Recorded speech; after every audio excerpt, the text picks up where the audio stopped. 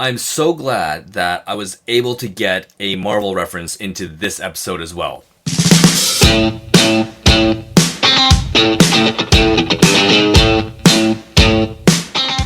It's the Photofocus Roundtable podcast for August 2022. We're calling this one Real or Not Real.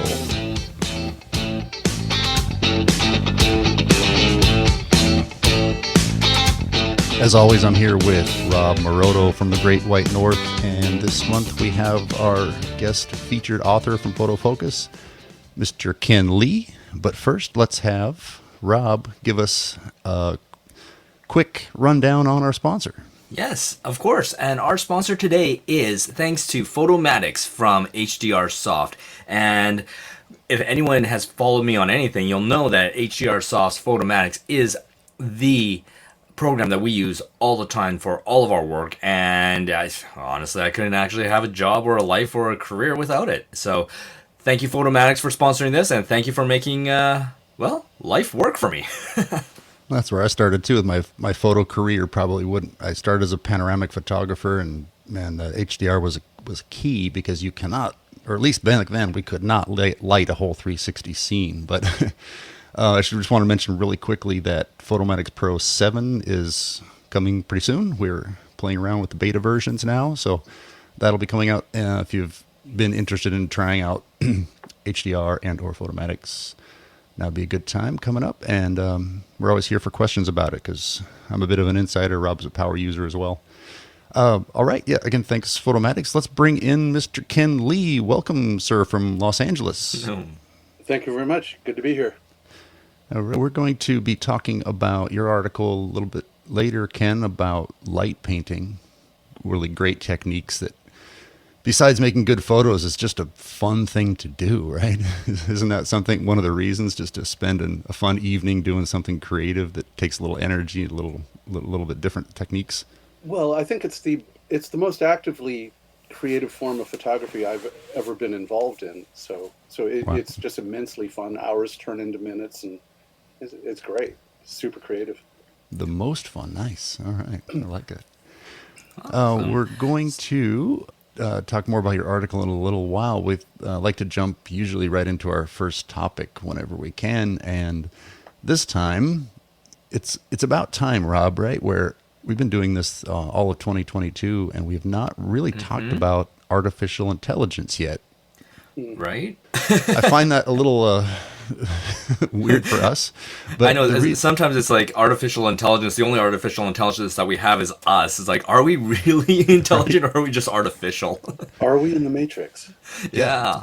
Well, that is a different rabbit hole that I've gone down before, where that whole idea about, is it a matrix? Is it real? Is the reality real? And it's a fun thing to do ever since, I think, Elon Musk, love him or hate him, he says some fun things about, are we in a simulation or not? But regarding photography, I finally decided I would pay attention, because it's reached a point where it's so good. Some of this artificial intelligence creation. What I'm talking about is, I'm not talking about the AI that it seems like every app, photography and otherwise, I feel like I'm seeing everything is an AI version of this, AI version of that. But there's straight artistic and image creation by AI. And the one that's really jumped out and made this move into mainstream or something is that DALL-E, or now they have a version 2, and which has a great name. I guess they're playing on DALL-E, the artist, Like Salvador Dali? Salvador Dali, the artist, Yeah. and then it's spelled like Wall-E from the movie. So it's a great play on words. Yeah, so it's a really great play on words. Huh. I have some links in the show notes, including a really interesting, fun YouTube video that somebody did where they compared the latest version of that with their own graphics designer creator. And they did a fun version of it, a little competition. And so I'll link that in the show notes. But the stuff that this DALL-E was putting out was very impressive. And it got me to look at that and other types of those kind of creators. So have you guys tried any of these yourself yet? Definitely. Yeah. Ken's into it. Yeah, no, never even heard of it. So, Well, am I bringing this? Yeah. So, well, I tried not DALL-E because you have to get access to it. But have you had access to it, Ken? No, I've not had access to any of the Dolly iterations. I have played around with Midjourney as a beta tester and Wombo Dream, Oh, which is an app. perfect. Perfect. I tried Wombo as well. Yeah. Okay. Hmm. Well, we can tell a little bit of our experiences with it. But if you're listening in show notes, you can pick one of the links that I've added or will add to see some of the results, because I recommend to do that as long as you're not driving. I recommend to do that as just to get a frame of reference, because some of these are everything from crazy, dreamy, weird, what you'd expect a computer to create, all the way up to just very hyper realistic faces. Hmm. Just heard rumors about how many of the LinkedIn portraits are not real and some of these side stories. But if you go to, what was it? thispersondoesnotexist.com. yeah. It just, it just shows these computer generated people that are, most of them are amazing looking as far as being realistic. And it's only when I went through, I saw a couple that had artifacts and looked computer generated, but most looked, I wouldn't even question them. Instagram is filled with this as well. Really? Yeah.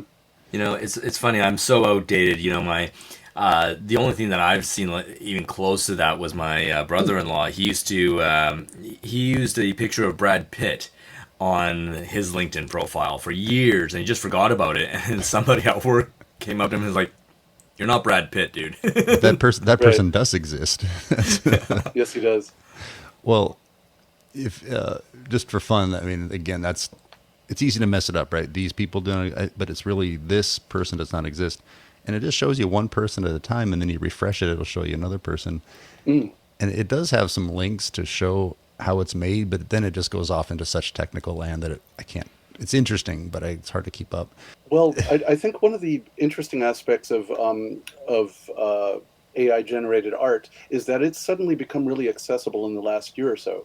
Either with Dolly, the way the interface is now, it's considerably easier than it was prior to about a year ago, or Midjourney, or especially Wombo Dream, which is simply an app in which you type in a prompt or text, and then it creates that for you. Before, you had to know quite a bit of computer language in order to pull it off. Interesting. And I'm glad you mentioned that. It seems to be that the skill that people are going to be developing now will be just writing what they call prompts, right? Mm-hmm. Because the prompt is, maybe as you get to know the engine, that you'll know how it reacts. Mm-hmm. And this is what's fascinating to me about it. Now, this isn't a perfect technology by any stretch, and there are some issues with it. But one of the things that I really enjoy about it is that it's almost like talking to an extraterrestrial. So how's that? Well, what you're doing is you're inputting prompts, and it's trying to understand and interpret your text prompt and create what it thinks that you're saying. So, and the results, they're often hilarious or milk out your nose funny or entertaining or unexpected, and obviously quite often surreal or weird. But to me, that's part of the fascination that I have with this. So it's trying to figure out what you want. Absolutely, yeah. Okay. It's trying to interpret that through, I guess, whatever you want to call it, artificial intelligence or advanced machine learning or what have you. But that's essentially what it's doing. And with each iteration of AI, it's becoming better and better at it. It sounds like they have different ways of receiving their prompt. When I saw these demos of DALL-E, they were just using sometimes just a few words, sometimes many words. But when I also tried out Wombo really quick, for a few tries, and it asked for text prompts. It gave you the chance to put in an image if you wanted to drive the style. It asked in general for a style. Like I typed in, I tried to be really random, and I said calm morning football or something, trying to be random and see what would happen. And then I chose retro style, and then I think I used one of their images. I didn't take time to put in my own image, but then it came out with some cute, nice looking art, I thought. But I'm not sure if I was. To me, it seems very random, and not that if I have a specific idea in mind, then and I have something that I would be able to describe to a person who is the graphic designer and then refine it from there. I'm not sure if that's ready there. I think it's... No, I think Midjourney and certainly DALL-E 2 is considerably more sophisticated and better for that sort of thing, and is extremely capable of doing that. It's interesting. It's I don't know, like I said, I haven't played around with this, but I just went on to Night Cafe, and it said, well, put in a phrase and let's see what it comes up with. And so I put in, I want to see a fantasy phoenix with a banana. And it's rendering it right now, and it's quite interesting how it starts putting things together. And based on my research, which means watching a few people use it, apparently bananas often figure in. I don't know why. I don't know why. Everyone wants to see a banana on something, right? It's something that's funny.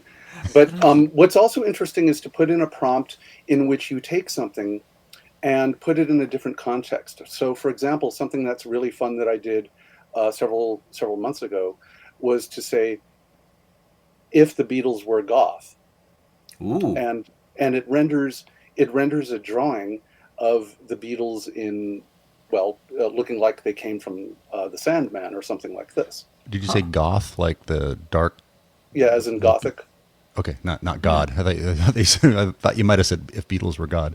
Oh no, yeah. I guess we could go off the John Lennon quote and do that, but right.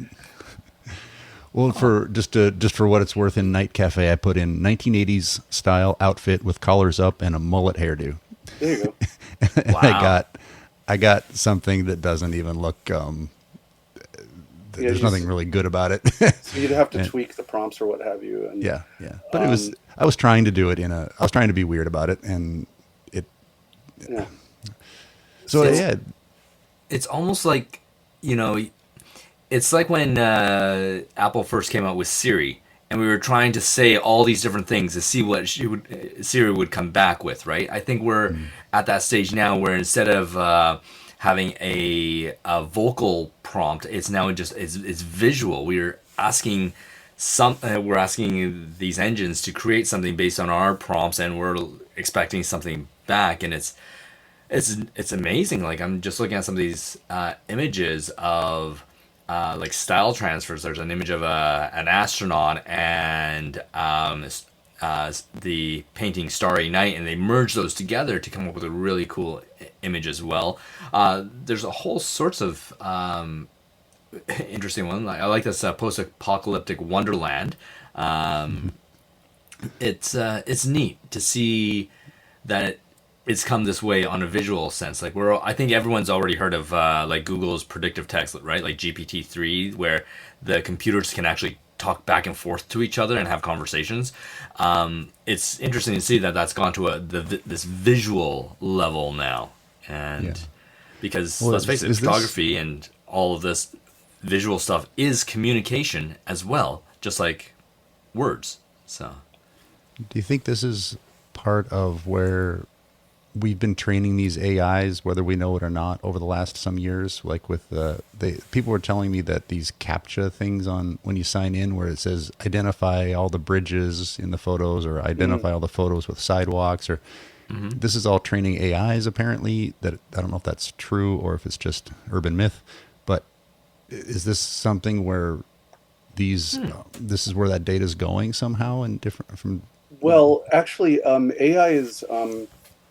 In at least in respect to what we're discussing right now, is largely based on the internet, both in text and visual images. And so consequently, this AI also reflects cultural biases. So for example, if you ask it to render a doctor, it'll almost always render a doctor as a male.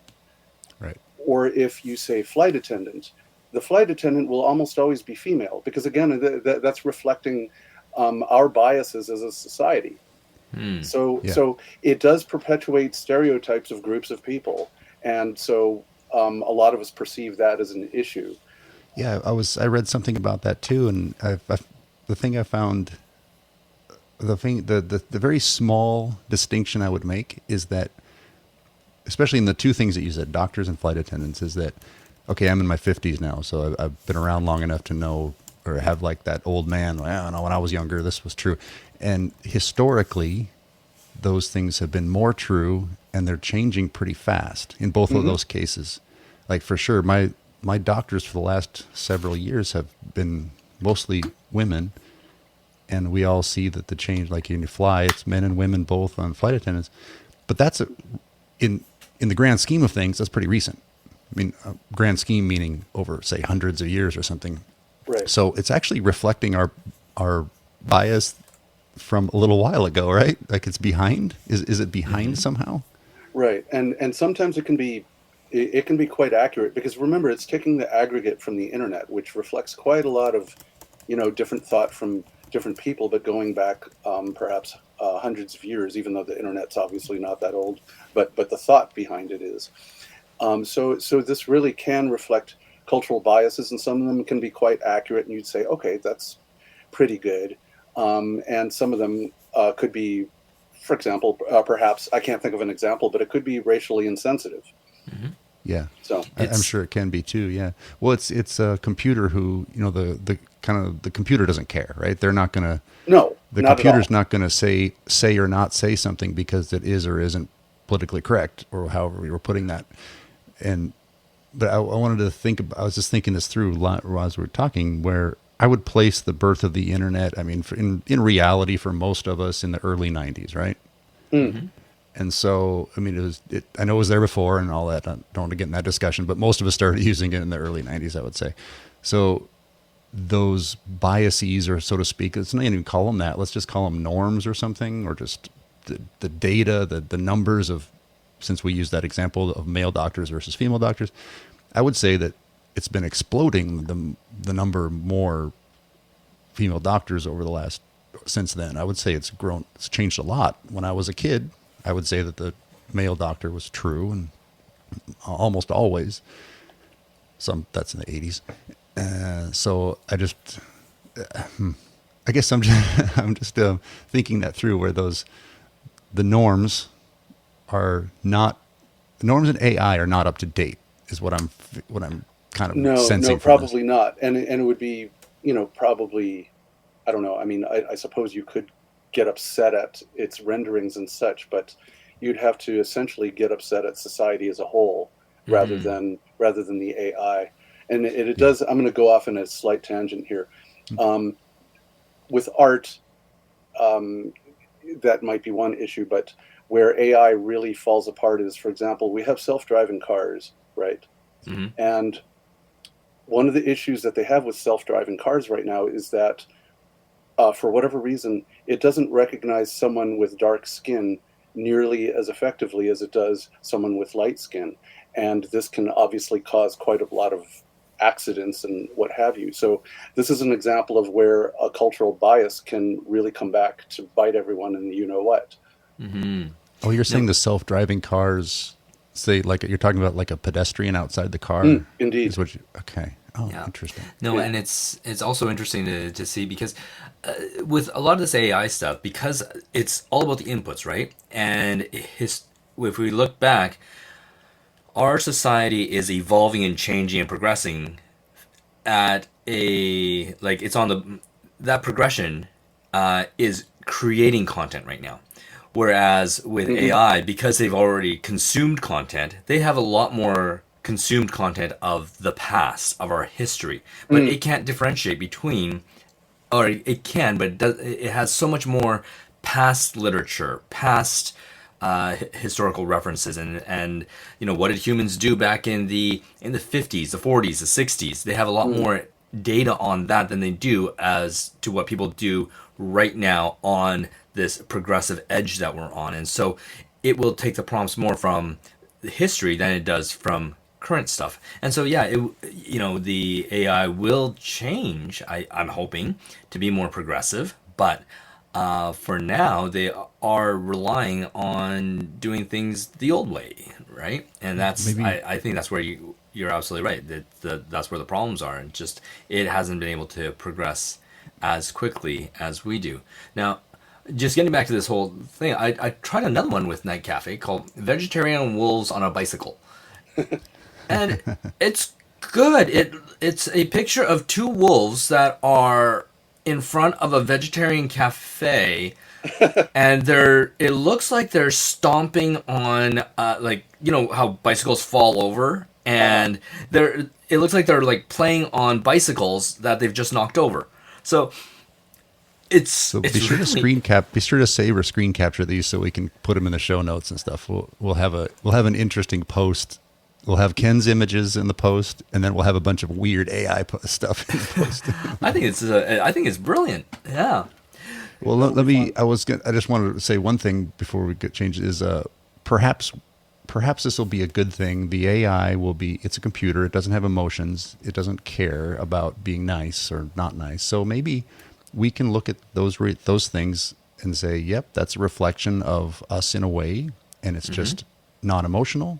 And, you know, sometimes things are the way they are, whether we want them to be and deny them, whether we deny them or not, they really are that way. Maybe we can use that as a little bit of a reflection. And if we can do that without, let's call it adding blame or whatever, maybe this can be a good thing. I just want to put a spin on that. Absolutely. I always love the silver lining there. Yeah, well, it could be. I mean, I like to... AI as a mirror. Growing Yes. Yes, a little bit of a mirror. Not a dark mirror, a bright mirror. Right.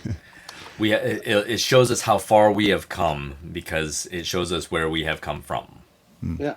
Oh, I definitely. had one other little note I made as I was getting ready for this is that I noticed, now I don't use it, but TikTok has added a simple AI creator apparently. Oh. And it's, I forgot where I saw it. I'll try to find the link, but it doesn't really matter. Apparently, it just has you have an option of creating like a background, so it's purposely not being complicated and doing simple things. But what I glean from that is that these AIs are everywhere, and I learned from software developers what AI really means. All it means is input, and then solving it. So like I learned it from, well, should I go into that? I learned it from how they do alignment for HDR. They align the bracketed photos, getting them to line up if you handhold your camera. And at this point, the Photomatix one has been around long enough that it should align pretty much all images. So if there's ever ones that don't align, the developers want those images so they can teach it. So that's how the AI is taught, is just that more. And if things like TikTok with so many millions of users are also using it, there's a plan there. Like there's AI training going on all over the place. And I'm starting to get a little concerned with the realistic faces and the training of the AI. And I'm wondering what that's gonna mean for the future, right? Because you got deep fakes going on and everything. So be aware that that's happening right now in this era, and be interesting to think about what that will turn into in the future. And maybe it'll turn into something that will help people who are accused of things that didn't do them.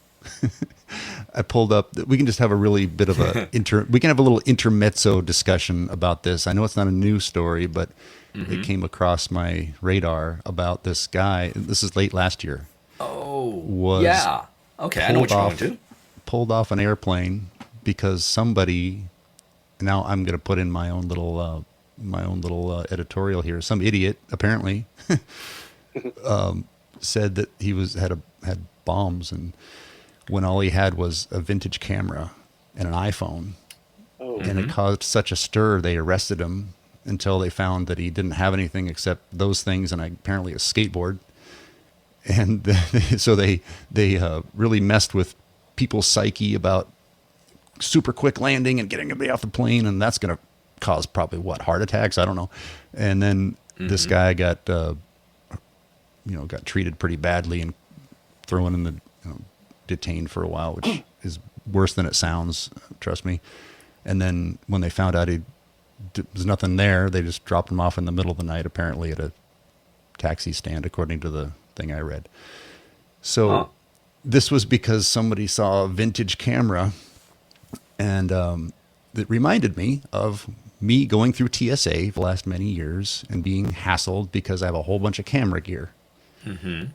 And every time for a while, they did get better. So I'll give them props for that, because I used to get stopped and pulled aside every time, and everything searched down, and I had to turn everything on, and I had to detach stuff, and I had to all the swabbing and all that kind of the cameras, not me, but so was somebody swabbing your sensor there? Keep your hands off my sensor. They would take out the lenses and look through the lenses and all this kind of stuff. And Fascinating. The way we get treated at these places with cameras, just bringing it to the reason I bring it up is that it's just important to be able to stand up and say it's just camera gear. There was one of the stories about that poor guy. It was in New York that he got detained. Someone else told their story about how they were bringing vintage cameras, so with no batteries because they were old and they're mechanical. Yeah. And the person, since he couldn't turn them on, then he got pulled aside and read the riot act and treated badly and everything. So that one just came across my desk, and I wanted to see if you guys had experiences with TSA or worse. Do you guys have any badly treating stories? Ken, I'll let you go first here on this one. No, actually, TSA has been pretty great for me. But to be fair, I also have TSA pre-check. So, not a problem. The second I found out that I could have TSA pre-check, I went for it, because I didn't want to have to undo everything in my backpack and have them rifle through everything and so forth. So I got that pretty early on. I have been stopped in other countries, such as India, where there are high security measures when you're going to Kashmir and things like that. And I've been stopped and had everything gone through before. I had one person who went through literally everything. And then when I went to sit down, I saw him walking up to me, and I thought, oh, and he kind of like motions me over, so I stand up and walk over there, and I thought, oh, I'm sunk now. And he says, can I have one of those mints that I saw in your bag? What? And so I opened up this box of Altoids that I had and gave him a mint. Nice. Jeez. I'm glad you weren't smuggling anything in your Altoid box. No, I travel real clean. Yeah. Just nothing of any sort. I try not to give anybody any excuse to give me a hard time. But TSA has been pretty good to me in general, and usually if you go through and you don't look irritated or whatever, and you just kind of go with it, it helps a little bit. If you look really impatient or irritable, I think that probably doesn't do anybody any good. Yeah, No. agreed. And what I found was that the only things that I get in trouble with taking my camera gear is where I put my batteries. Like, you cannot have. I may be wrong on this. Correct me if I'm wrong in the comments, in the show notes, or in the comments. That you can't have loose batteries in your checked luggage. Correct. You have to have those on your carry-on. And so what I got in trouble for was I tried to, because I was on a smaller plane, my camera bag just did not fit into the overhead compartment, even though it's size-wise, it's all right. Now, I've got my extra batteries in there. So because of that, they had to gate check it. But because I'm checking it, now I can't, they wouldn't take it because I had extra camera batteries in there. So all of a sudden they're like, okay, well, those batteries, now you have to take those, put them into your regular luggage, and then, or into your carry-on bag. And so I've got, pockets full of LPE6 batteries and extra flash batteries, and just essentially it's a bag of batteries that I'm carrying around, and everyone's looking at me like, why are you carrying around so many batteries? Right? I had that one. And then the only other one I had is, depending on which country you're going through, Some will allow you to carry your tripod on as a carry-on, and some countries will not, because in some countries they think that it's, well, you could extend all legs swinging around and bat someone out of the field, right? And so they won't let you do that. So depending on which country you go to, you might have to check your tripod. Sometimes you can take it. Sometimes you just have to take off the head. So. My favorite is he a bad guy story isn't even TSA. It was in San Francisco in a Safeway parking lot, because I was when I lived in San Francisco and I go do jobs, I would just walk or take a bus or whatever. You hardly ever drive. So I was walking from a job, maybe at a house or something. It was a long time ago, and I had my tripod slung over my shoulder with my arm up on it. Yeah. And I was just, sashaying through the parking lot, going wherever I was going, cutting through. And there's a cop sitting, funny, like he was sitting up on a cement wall kind of thing, just kind of waiting for somebody, like a little kid, his legs swinging. So funny. And I just happened to be walking right toward him, and I saw him see me, and he saw me see him see me, and all that kind of stuff. And I got up close to him, and I'm like, and I just said hello. And it's San Francisco, everybody's friendly pretty much. Right. And thankfully it was a really nice, cool guy. And he just goes, and I go, I saw you kind of double take. He goes, yeah, I didn't know what you were holding there. I thought, it could be a rifle. And he just goes, my first thought was, well, this should be interesting. Right. And I thought, what a great response. What a great way of thinking from a police officer in the city about, and actually, if it were a rifle, that wouldn't be illegal. It's okay. Right. But nobody does that. It's not culturally normal there or anything. But if it were, it would have been okay. It would have been, I would have had to be doing something else. Anyway, it was a really great interaction. And I just like that when you have those positive ones where they don't overreact. Yeah. Right. Exactly. Yeah. That's a great story. So,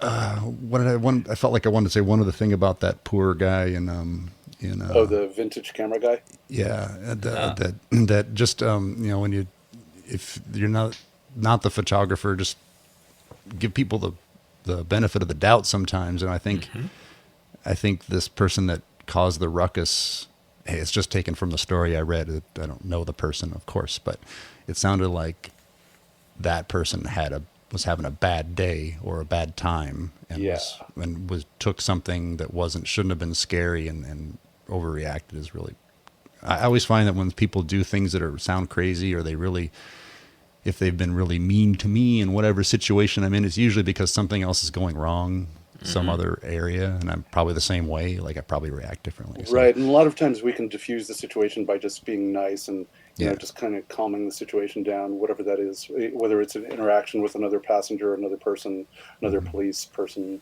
whatever. Yeah. Maybe ask for a second opinion before you start talking about bombs. Yeah, I will say just to circle back to the batteries for a second. When you carry your batteries on, the terminals are not supposed to touch each other. The metal parts of the batteries, they're not supposed to touch each other. So they have to be stored correctly. You can't just toss them into a Ziploc bag and hope that they'll just accept that, because they don't like that, because there is a very, very minute possibility of setting them off. So, well, each of my camera batteries, comes with that cute little plastic clip-on. Yes, you want to keep those on if you have those in a Ziploc bag, but otherwise you could use one of those organizers that you can purchase at wherever, B&H or wherever. Yeah. So I think we all recommend one of those little kind of bag or box. It has you slide each battery and each memory card into its own little pocket. Yeah, I like those anyway. So sure. Yeah. Who doesn't like a great little organizing bag? Definitely. Well, now, before we switch off on to the next topic, I do have one thing that that comes to mind here. Like the question right now is, have you been mistaken for being a criminal for having like a camera, or has your camera been construed as being something that it isn't? And it's funny, in my line of business, we do my company does real estate photography, and often what we get is requests from realtors asking us to take pictures of things like parks and schools and shops around the property that they're going to be listing.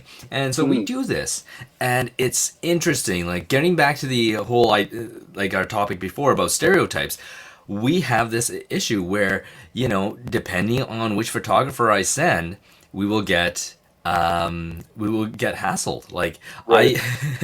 one of my photographers, she was let's see, she's maybe late 30s. She's a mom of 3 kids, and she looks like a mom, right? She's always very bubbly and smiling and always has a kid with her. And so there she is with a camera going around, and she could be taking pictures of schools with kids in it, parks, whatever.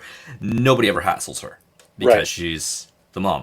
But then I had this other guy, and he used to be ex oh my god, I don't even know which he was a vice cop, and he looks like he was a vice cop. He looks like the criminals that he used to put away. And so he used to be our videographer, and one of our clients said, "Hey, there's a school over there, and there's also a fitness facility over there. Can you just get a little clip of those?" And he went, and at both places there were people that were taking down his license plate number and taking pictures of him. And he said, "All I'm doing is taking video, Rob. I don't know why they keep on thinking that I'm doing something bad." I'm like, "It's because of the tattoos, and you looked like a criminal. That's Right. why." Yeah, And There's it's unfortunate I would- that happens. But Rob, don't you have logo stuff that you and your photographers wear? We do, and we try and look as professional as we can. And unfortunately, though, like we were saying before, some of those stereotypes just still go, they're still very popular. So if you see a big guy with a neck tattoo, you're either going to be thinking, "Ooh, is he criminal? Is he a tough guy? Is he a biker? Or is he a Yeah. barista?" Like, you really don't know. Right. Yeah, and the And thing is, that's a reaction born out of fear. it is. So, Well, I think there's no one, and there's no one. I'll give some defense and some excusing of that as a parent. Is that's the time that we're fearful. Is that Yeah. I'll sit there and take chances with the guy that might be either PTSD, crazy, going to be violent, or just like what do you say, barista. I'll take my chances, but kids are involved in a lot less, right? So Yeah. I don't mind people. Like, I've been at the park with my kids with my professional camera, and I'll be taking pictures. But the way I'm standing, because I want to go and get a good picture, isn't right with my kid. And I've been approached by people that just say, "Are you here with your kids?" And I said, "Yep, that one, and I like them doing that, frankly. And so Right. And if it does come out. There is some fear, of course, but that's where the mama papa bear fear kind of happens, and where we're not going to take too much slack, right? If this man with the tattoos had been, say, holding a small child, people probably wouldn't be reacting the same either. Right. Or they could have been reacting a lot worse. Well, Depending on who he's holding true, them. true. if it appeared to be his. Yeah, if he were holding him like a sack of potatoes or something, then sure. Yeah. What do you guys? absolutely. What do you guys think about? I've been cognizant of myself. I mean, I look like the white boy next door and all that, but still, I've been kind of aware of just being perceived that way. And so if I'm shooting photos purposely, work or otherwise, even if I'm not needing it, I'll have my tripod with me, for instance, and I'll just keep that just to kind of show that this is, like, I can say, like, this is professional stuff. Right. And I've been thinking about, I was really kind of intending to get my logo just, what do you call it when it's like sewn on to a couple of garments and stuff like that, just to show that that's what's going on a little bit more. And that would depend on the situation. But what, you guys have any other advice for like people to not cause any stress? Or we don't want people to think that we don't want people to wonder if we're some horrible person. We'd rather just avoid that completely. So I don't know, any other ideas? I tend to make eye contact, smile, and wave. I do this really dorky sort of wave quite often. And I've actually, this will almost create a segue into the next topic, perhaps. But Perfect. when I do night photography, as you can imagine, there's a lot more people thinking, "What are you doing?" So I've been stopped by the police several times and security guards and things like that, Mm-hmm. and every single time now, my interaction has been positive. When a policeman pulls up, I do the dorky wave. I smile. I might walk over, always hands out, Yeah. so they can see I'm not carrying anything. And one of the things I do is I'll ask, "Hi, may I help you?" And so that does two things. It first of all, it indicates that I'm friendly and nice. But the second thing is that it implies that I'm supposed to be there. Yeah.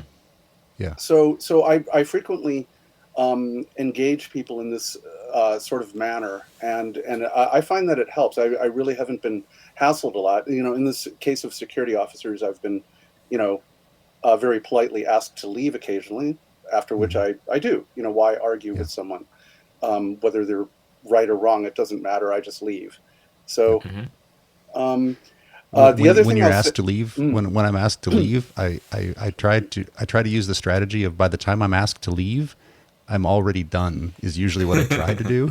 Right. Now, that's not going to Absolutely. happen. That's not going to work for what we're going to talk about, what you were doing at night. But if I, when I was shooting 360s and things where technically I'm really not supposed to be. So I remember being like at the Louvre, outside, not inside. Right. And technically, like in the US, you'd be fine, but in France, they can kind of tell you what you can't do. But by the time the person reached me, and he was in my shot on the way to talk to me, but I had already gotten what I needed, so I just kind of politely said, I don't know what I said, but I was already done. Well, I frequently do that too. If I see someone pull up, I'll activate the camera, quickly light paint something, and then kind of casually walk over there. And since it's on a timer, it'll click off anyway. So Nice. so Yeah. I would have already gotten a shot or two in anyway. So Yeah. what I was going to say, just backing up, but still having to do with night photography, is I have this light painting device, and it's called a Proto Machines LED2, but it looks like a large attachment to a garden hose. Or to put it another way, it's vaguely gun-shaped. Huh. So Perfect. I'm really, really very conscious of, appearing like, I definitely don't want to appear like I have a gun. So when someone pulls up, if I happen to have it in my hand, I purposely activate it. So it's clearly a flashlight. So that's something that I'm super, super aware of, because at no time do I want anybody to think that I'm packing. So What's this guy doing outside with a camera and a gun at night, right? right. And it would be What an if- odd looking gun, but it's at night and it's dark. I don't want anyone to think that. So I have a question. I'll frequently activate it to let them know this is not a gun, this is a flashlight. So But now, wouldn't there be times when, say, a shady character is approaching? Would you maybe want them to think that it's a gun? well, this is if I know it's either a policeman or whatever. If it's someone that I don't know who it is, I just simply slip the thing in my pocket, before they can see me, so they don't see me. They don't think I'm slipping a gun into my pocket. And then I just basically look and see what they're doing and figure out whether I should be more alarmed or not. But usually what you try and do as a night photographer is try and make sure that you see people before they see you, just so you can kind of figure out what they're doing. Because one of the real dangers in photographing abandoned places at night are tweakers, partiers, and copper thieves. So you just want to make sure that they're hopefully not one of those three. And again, I've been very, very lucky with that. And if I see people doing something funny or whatever, I just leave and go to the next place. Interesting. No, good piece of advice there. Yeah, for sure. And we're just kind of already in the next subject. Where do you usually? Well, actually, let's do the real thing. Okay. Ken Yes. is a mostly night photographer, and we wanted to talk about his article that is, of course, linked in the show notes. Check it out. You can see the images that we're talking about and that he took for that. And we'll get some advice from him and we can ask him questions. I like to say that usually I introduce these where we get to expand on the article, ask questions, maybe critique it. Now, I don't have enough experience to be really critiquing, so I'm going to be asking questions this time. But Ken's a night photographer living in Los Angeles, and it sounds like your subjects are probably not in Los Angeles. I think you're going a little farther away for those. Where do you like to go? Before we talk about that specific spot, where do you like to go for the best, or do you repeat places? Or are you always looking for new subjects to go to? I suppose all of the above, because some places are so great that it bears repeat trips, and also there's a real value to returning to a place more than once, because you can start getting that. I feel like that's when you can become more creative and get more unusual or unique sorts of photos or perspectives or things like that. So I like that anyway. But anyway, your World War II I'm out in the desert a lot. The Mojave Desert figures large. So basically in the Southwest Desert, which is where a lot of interesting abandoned items are, whether it's school buses or planes or trains or buildings or mines or what have you. The desert is chock full of it. And I also, I also photograph a lot of landscapes, but I usually prefer unusual landscapes. So say Arches National Park or Joshua Tree National Park, for example, are two of my favorite places to do night photos. How far into the desert do you need to go, like out of the LA area before you start finding these unique spots? Well, as close as half an hour, or Joshua Tree is 2.5 hours away, things like that. Most of my drives, if I return back home in an evening, they're no more than about 2.5 hours. But Los Angeles is it's an intriguing place because it's you have coast, desert, and mountains, and they're all in extremely close proximity. So I can go up to, say, Agua Dulce, which is an absolutely fascinating, picturesque place where Captain Kirk in the original series battled the Gorn in Star Trek. And nice. So you can almost picture those spiky sorts of mountains. So that's about half an hour from my home. And that's an absolutely fascinating place. I went there I've gone there numerous times to photograph various things. Or I go to Joshua Tree or along Route 66. There's some great photos there. I'm working on my third book right now, which is going to be on abandoned Route 66 night photos and history. So nice. Yeah. Very nice. Yeah, so a lot of that, I usually don't prefer to do urban photos for several reasons. One is that it can be a little bit more dangerous, like we were talking about, with copper thieves and tweakers and such. But also, there's a lot of ambient light typically, and that's usually what I want to stray away from. Oh yeah, we were just talking with who were we talking about the dark sky? Just last month's show we had Bob Coates. We were talking about Milky Way. Yes, right. He does some night photography, including I think he does mostly Milky Way. Yeah, so I really remember that quickly when I saw one of the images on your article with the Milky Way behind the hangar, and I thought, yeah, Bob would be proud. Mm-hmm. Is that a composite? No. Is that really how it was lined up? It's really lined up. I don't do composites ever. Wow. Yeah. Did you plan? How long did you plan that for that? Yes. Okay. Yes, we use photo pills to figure out when the moon was going to pop up, because about half an hour after I took that photo, the moon had risen. So we knew that and set up knowing where the Milky Way was going to be and knowing that it would be over the hangar. Where was the moon, like when it came up? Where was that in relation to this? It would have been to the left of the hangar, coming from the southeast. Okay, and this wouldn't have been possible once that came up, right? No, and in fact, it's incredible how fast the stars faded from view once it popped up. Yeah, yeah. That moon, man, people until you photograph it, you don't realize how fast the moon is really moving. It is moving fast. Yeah. I mean, extremely fast. If you hold out your hand, at arm's length, it moves about the equivalent of the width of two fingers every 10 minutes. Wow. Yeah. We were taking full moon rise photos, and I would want to bracket, and even bracketing, there would be a little bit of movement. Not too much, but it was noticeable, and you'd get like some little artifacts if you tried to combine them. So it's pretty fast. And most people, if they photograph the moon with just a regular telephoto lens, they're keeping their exposures to a minimum, like often under a second, even if it's night out. Mm-hmm.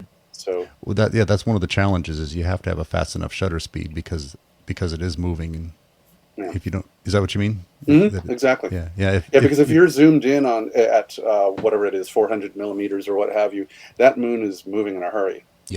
Yeah. That's one of the challenges is you have to find a way to get a shutter speed, because if that was a mistake I made, is I didn't realize.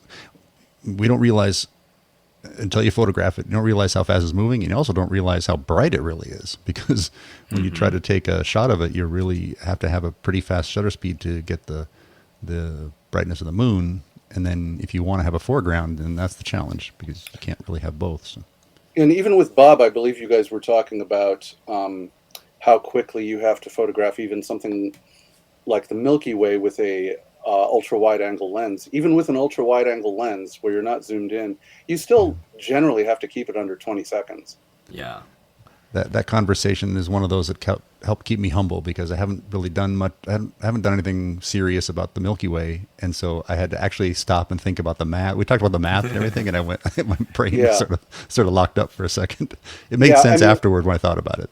And his suggestion to use photo pills is a really great one. Yeah. But the main thing is, like, when you consider what you're doing, you are trying to get as much light in the camera as possible when it's extremely dim. You're hiking up your ISO so you can get enough light in the camera, and make your image brighter. And you're trying to keep the exposure short enough so your stars appear as pinpoints. So what you're basically doing is pushing your camera to its limits. Absolutely. So it's rather limits, challenging to a camera to do, and you don't need a special camera to do that, because most modern cameras can do that, but you are pushing it to its limits. Speaking of that, what are your thoughts on these astral versions of cameras? I've never used one, and I don't consider myself an astrophotographer, but it does have filters which enable the nebulas of the Milky Way to pop out more. And there are also filters. I know this is not what you're talking about, but there's also filters that greatly reduce light domes from cities. In other words, light pollution in the horizon or things like that. And I believe all of these have a certain amount of effectiveness. But since I'm not really an astrophotographer, I'm more of a, in the broader term, a night photographer who doesn't specifically take photos of celestial objects and events. This isn't, it's not really something that I concern myself with. Okay. And also I might add that if you're taking an expensive camera and you're modifying it, well, you can't really use that during the day now, can you? No, definitely. So you've effectively made that thing completely useless during the day. So that's another reason why a lot of us don't do it. Okay. Now, getting to your article here, I'm reviewing these photos and they're fantastic. Thank you. And you said before that you're not doing composites. Like the one shot that you have here, where you're looking straight on into the hangar there, you know. this must be incredibly difficult because now you've got not only do you have this hanger, but it looks like there's windows, like a reflective surface. How how did you do that? Or are all the windows actually blown out? Well, if I recall, I don't have the image in front of me, but I believe we lit the interior of the hangar. So I think that's what you're seeing. Yeah, it's the one where you're inside the hangar, looking out. The windows are all nice and blue. Everything is lit, and it looks like you're shooting it from um, both camera right and camera left. But what Oh, always you're talking about the lead photo, aren't yeah, you? I The one am. with nothing but windows. Yeah. Okay. So I'm looking at that, and coming from a real estate photography background, Hmm. the one thing that we're always keeping our eyes out is our own reflection of our flashes, reflection of anything that's in these windows. And so I'm looking at this thinking, wow, you're able to do that without having the light reflecting Okay, I back see what in. you're asking now. Yeah, I had to pull up the photo to figure out what we were talking about. But so all of the windows are broken. They're Oh, they're all gone. Hmm. So there's no reflection there. Um, gotcha. So so that's what you do, Rob, when you have a problem with that in real estate. Just break out the window, and then yeah. you're That'll be good. the Now next thing I do. Yeah. now if the windows were still intact, they would probably be either cracked, and they certainly would be they certainly would be really smudgy, right? Yeah. So it would have altered the photo quite a bit. But what I could have done, which I do frequently, especially with vehicles, is I could have taken advantage of those cracks and the smudginess and lit it in such a manner that all those would light up, and I could have like a completely different color if I wanted to. But since they weren't there, I couldn't do that. But that's often a technique we employ. So wait a sec. You said with your car. So you would park your car outside and point No, your no, headlights to it, no, or no? no. If I were taking a photo of an abandoned vehicle, Oh, and okay, it I had get a it. cracked windshield or what have you, what I Yeah. frequently do is I light it from the interior of the Mm-hmm. vehicle and purposely light all the cracks so it looks really dramatic. Interesting.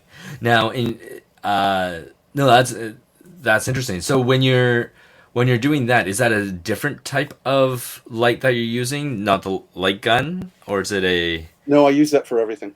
Oh, do you? Yes, Wow. yeah, yeah.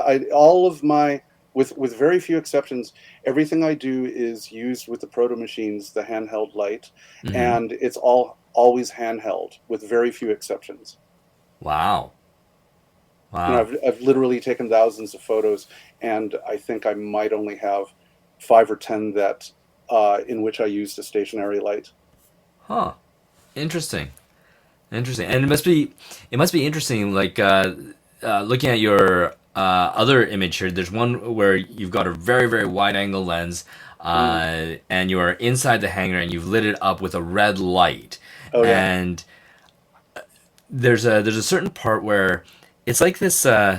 It's like Penn and Teller's show, Fool Me or whatever it is, where they try and figure out what the magician has done to There make you the go. magic, right? I feel like we do that with photos where we look at it and it's like, how did they actually get that shot? Definitely. And the question that I have on this one is, you must have been moving in frame to light it, and then, but you also had to have been moving fast enough that you didn't show up in the final picture.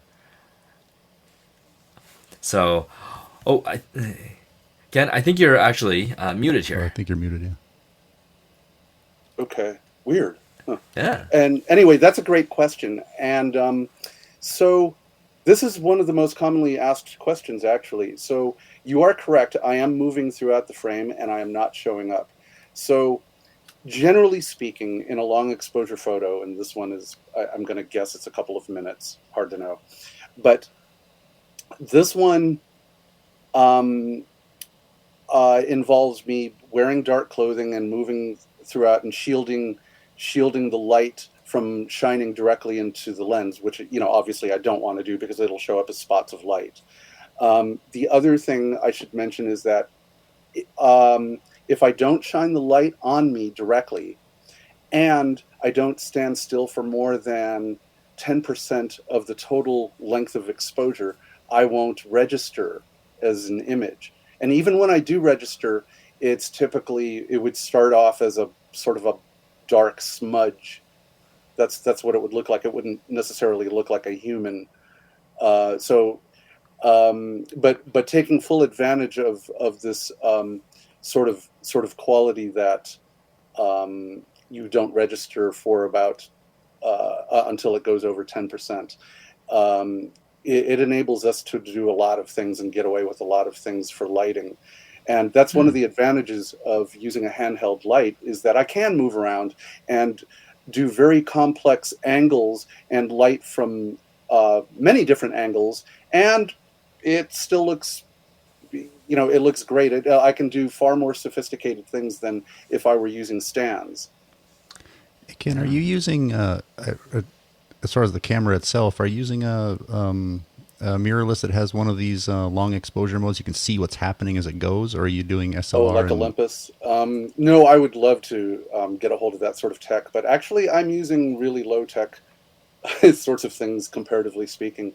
So this one was taken with a Nikon D750 and Rokinon fisheye lens, a 12 millimeter. And my other camera is a Pentax K1, which is also a DSLR. Both of them are full frame. And so I don't really have that. And part of the reason why I'm not a Luddite by any stretch, and I'm really interested in mirrorless technology. But a lot of it is just simple expense. I can buy these great cameras with fantastic image quality, and I get them used. So why not? Yeah. Mm-hmm. Well, I got to tell you, I had version 1 of the Olympus. I got a mirrorless. I mean, I have Nikon stuff that I use professionally, but I have an Olympus, and I tried to use those long exposure, great gadgetry, which I'm all for it also, but it kept crashing like a computer. Oh no! And oh no! Now this was the version 1, OMD Mark 0, right? So I'm sure it's improved and all that. I don't want to bag it. I actually really like the camera. I still have it. I still use it. But I remember being really frustrated with that, because I would be in a great location that I'll probably never be in again in my life, next to the river. And, well, specifically, I'm thinking of when I was in Prague. Right. And I just had the chance, anyway, and I'd be waiting for the thing, and it was really frustrating. And I just frankly wanted to be able to hold the shutter down with a wired remote. I just would rather, I've always been the one to try all the new things too. I'm not a Luddite even at any age. And at that time, I just wanted full control again, but I didn't carry my big equipment. I carried small people instead. So I brought the sort of the gear that's made for that, where the very good quality camera and lenses were very small. And so, but man, I'm sure it's improved, but I just remember that frustration. When I go do something that I'm not going to get another chance at, whether it's a job that you have to be the pro and get the shot, or if you're in another place, I just want to control, Yeah, I suspect that, cameras like Olympus and Fuji are really good about updating their firmware. So even if it's that original camera, my guess would be that they've already fixed it. Yeah, probably. Like I say, I don't want to bag on them too much, because I'm sure it has improved, and there will always be bugs, there will always be some things, but that's just still was the experience, and I think I found a way. What happens sometimes when you're like Olympus and you're kind of at the bleeding edge of technology. Sometimes those sorts of things, they might happen, but kudos to them for even coming up with that. Yeah. When it works, I had tested it prior and it seemed to work fine, and so again, kudos for getting out there, because on the other side, Nikon and Canon and others, they're so slow to really innovate and do things. So on the other side, I would rather they would do that too. But this is a conversation we've had lots of times, right? Being the polycamerous photographers that like them all. Yeah. What other? Do you have any other questions about this one, Rob? I thought I had. I do.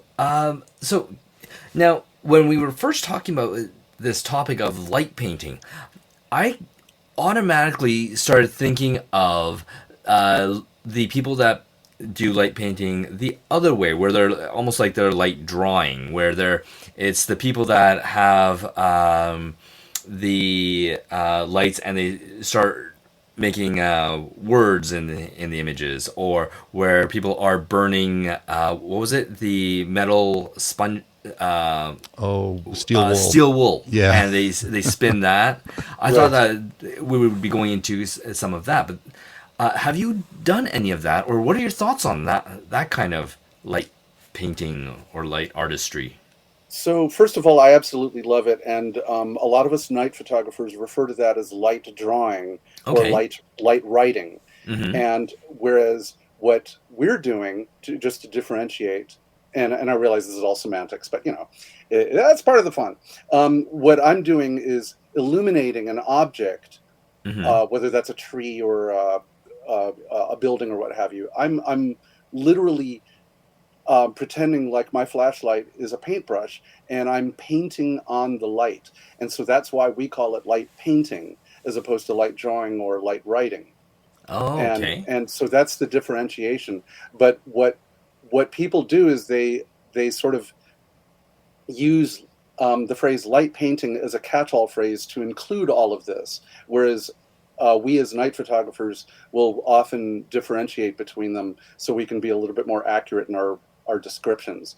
Isn't that But interesting? that said, I love light writing, and there's some really fantastic people, including Darius Twin and other people, who do really incredibly sophisticated drawings where they draw dinosaurs or flowers or things like that, and they're absolutely gorgeous. I've seen Arabic calligraphy and all sorts of just amazing, mind-popping things. And when done well, it's just truly amazing art. I'm not so interested in things like what is that called, steel wool or things like that, but that's largely because steel wool photography tends to look alike after a while. Mm-hmm. So for example, if I'm a steel wool artist and I do that, and then I switch to another place and I do it again, our attention as people who are viewing the photo are such that, I mean, it just looks almost identical, only it's in a slightly different place. And so Yeah. that's not my interest. I love the way it looks. So I prefer steel wool painting when it's pulled back a little bit. It's not right in front of the camera, and it evokes a certain place as well. Then that's when it interests me more. But if it's just right in front of the camera and everything else is on the periphery and barely noticeable, then it bores me after a while. Did the steel wool trend end already? I haven't really seen that. No, I think you know what? I think the problem with steel wool is that ever since the Doctor Strange movies came out, and he started doing that thing where he does a steel wool and it becomes a portal to somewhere else, that it sort of lost its mystique. For me, it was when some bonehead burned the famous shipwreck in Point Reyes up here and burned that boat. Yeah, and I was going to touch upon that too, because it can be very much of a fire hazard as well. So no matter where you're doing it, because typically you're doing that in if you're doing it outdoors in the desert, you can still light something ablaze. So and that's why I notice a lot of people, to their credit, they do so in abandoned concrete buildings where there's no chance of lighting anything ablaze. So yeah. I notice that most people are responsible and do that. Yeah, I saw one person who was showing their scars of when the little sparks landed on them. Right. And I thought to myself, yes, melted wax falling on you hurts. I can't imagine what melted steel wool landing on your skin would feel like. Yeah, I don't know. Jeez. But yeah, that's not something I do. In fact, sometimes when I give workshops or something, I'll say, if you brought steel wool, you're in the wrong class. Yeah. Hey, real quick, I was gonna say, I'm just trying to think of what people can have for a takeaway if you want to try this. Just a couple real quick questions, Ken. Yeah, sure. For tips, if somebody wants to go out and try this and What was like the minimum shutter speed that needs to be? Like how much time do you need to give yourself for? I know this is a wide ranging question, but Oh yeah. if you're going to paint, like there's got to be like if it's less than a few seconds, then it probably is not going to do anything because you don't have time to do anything, right? You probably need to have something at least quite a few seconds before Right. light painting is even excuse me, is even an option, right? Up till, is there a maximum? What do you shutter No, speeds? Any tips? there's no real minimum or maximum because a lot of it is dependent on how you're light painting, how bright your light source is, and so forth. But so, for example, if you're photographing at a high ISO, let's say ISO 4000, because you're photographing the Milky Way, your time would be considerably less. It would be, what, 20 seconds or what have you at maximum to light paint something. Whereas if you photograph, like most of the photos that I have here, except for the one with the Milky Way, you're talking about 2 minutes. So, you know, you have considerably more time to light paint. And my preference, obviously, is to light paint at low ISO with, you know, a shutter speed of 2 minutes or 3 minutes or what have you, because I can light paint more evenly. I can you know, just slowly take my time and light paint more evenly, because once again, it is like painting, right? So if I keep my my brush, so to speak, or my light source still, I'm creating hot spots or making that brighter, which sometimes I can use to my advantage, but sometimes I don't want that. But the point being is, if I have more time, I can make it considerably more even. Whereas if I only have 20 seconds, then I have to work rather quickly. So what I will do sometimes, and this is technically called a blend, not a composite, but what I will do is I'll make a low ISO of the foreground, light paint that, and then blend it with the high ISO of the Milky Way, if that's what I'm going to photograph. That sounds like a distinction without a difference to me there. Blending versus, versus composite. Well, blending is when you're at the same time and place, same everything, same camera setup, okay, gotcha. same lens. It's basically everything at the same time. A composite are two different photos, completely two different photos that are melded together. And this is no slam against composites, because Gotcha. you No, know, I'm really glad I was just joking, but I'm glad I brought it up because that's I've been using the word wrong sometimes, but that's okay. That's good to know because I know what you mean, that you're taking, like, it's more artistic to use images from different sources, maybe different art, and composite them into a new piece versus blending a scene, right? Yeah. So another way of thinking about it is, like, let's say you have your camera on a tripod and you're taking successive photos because you're going to make an HDR photo. Hello, Photomatix. So Shout out. yeah. If you're doing that, that's a blend, is it not? Yeah, It's an HDR yeah, you would blend. blend the right. But So when it's I no used to, different. It's no different if I use a 2 minute exposure and a 20-second exposure and blend them together. There's no difference. Fair enough. yeah, okay. Yeah. No, it's I funny just with used- the composite idea. We do that every once in a while, where we have these amazing show homes, and they're like, "Oh yeah, we put it up on the ridge because on the ridge you can go out and you can see the Milky Way." And so we take these shots at twilight, and usually we'll get the house all really pretty, and then we'll take an image that we've got before from the Milky Way, and we'll just put it on top and be overlay and mask it into the sky, just to get that feel for our clients. But it's definitely not a blend in the fact that the Milky Way was actually right there, and we put that in. We photoshopped that in and made a composite Right. for sure. Yeah. fair. Yeah. And also real quick, it can be great if you can send a link, but to that light painting brush that you prefer would be good. We could add that into the show notes because Yeah, I'd love to take a look at that. yeah, Okay, for someone. I shall do that. And then any other real quick tips on said brush, like having just a bright, something to do with the colors. If you want to DIY it, do we have things around our house that's good enough to do that, to get started with this? Absolutely. In fact, a lot of photographers probably already have that, especially if they go out at night. If you want to go real low tech and minimize your expenses, just getting a decent quality LED flashlight and a bunch of gels does the trick. You can purchase gels at B&H or Amazon or wherever, and things like Roscoe Lux gels. What a lot of us do is we purchase the sampler pack. It comes in a book, and you can purchase a sampler pack and then suddenly have access to however many there are in a sampler pack. What is it, like 100, 200? And we just rip apart the book and then hold those in front of the flashlight, and boom, instant color. But you can do a lot of, I don't use color a lot. You can certainly just use the LED flashlight by itself and just use the white color, and it looks great. It looks absolutely fantastic. And sometimes that's greatly preferable to, blasting everything with color.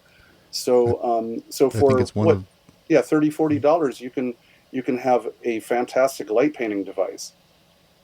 I think it's one of those things that if you want to try it out, you try it with what you have, and then you go, this is something I would like to get. And maybe you get like you said, that the cheap or free sampler pack that a lot of filter companies will send you, or just go out and grab some small things to make it better, and just go along as you go, and a little trial and error and experience. And light painting can be a lot of fun. I mean, the few times that I've done it, it's been mostly about a good time with, because it's been with photographers at like meetups and get-togethers. It's been other photographers, and it's been just a fun thing. And I remember one time we brought a cooler of things to drink, and it was that was the biggest part of the experience. And if you get great images, even better.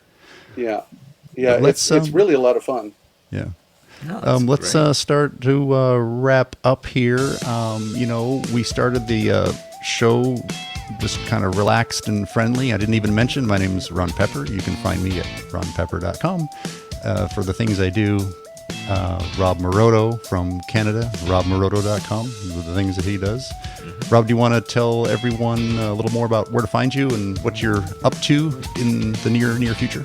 Yeah, no, of course. So I am Rob Moroto at robmoroto.com, or at Rob Moroto for all your social media. And I am eventually going to get this darn real estate photography course out. I'm hoping to have it out soon. It tells you how I do everything using Photomatix and how I build up my business. Sign up on my website at www.robmoroto.com. There's a place where you can send me your email, and then you will be the first to know when that all launches. And I'll just add to that. I've learned from Rob, and we've kind of combined some of what he teaches with what I do, and using HDR Fusion plus some lighting. I mean, there's some really impressive techniques that just take away, they solve problems. So you kind of get the best of both worlds, and he does some great stuff there. So check that out. Whenever it's launched, Rob, you have a platform to promote it right here. And Ken, what else besides whatever we talked about? What would you like to tell everyone about you and where they can find you? Oh, sure. I can tell a little bit about myself and what I'm working on. As I mentioned earlier, I'm working on my third book, Abandoned Route 66, and I'm about to, probably in about 2 weeks, I'm going to submit that to the publisher. So I haven't been doing a lot of photography this summer because I've been doing a lot of work on the house, but next week I'm going to pop out and photograph the Milky Way at Trona Pinnacles. About myself, I guess. I'm obviously a night photographer, and I like taking photos of abandoned historical places, unique features, and beautiful landscapes. And I teach workshops occasionally, and I've had images featured in National Geographic books, Omni Magazine, Los Angeles Times, Westway Magazine, and I don't know, a bunch of others. So, yeah. Very nice. For our little bit of a backwards episode where we introduce ourselves at the end, but I think that works just fine. I think this is one of those where I just felt comfortable having a discussion with a couple other obviously very talented photographers. So thanks, guys. We will, with that, wrap up and say to everyone that we'll see you next week for Q&A show. Questions at photofocus.com if you throw your questions. Including night photography questions or anything else. And we will see you next month. It'll be for the September Roundtable. Same thing. If you'd like us to cover some subjects, please shoot us a message at the same email or just in the comments. All right. And with that, let's move on and say thanks for listening. Adios.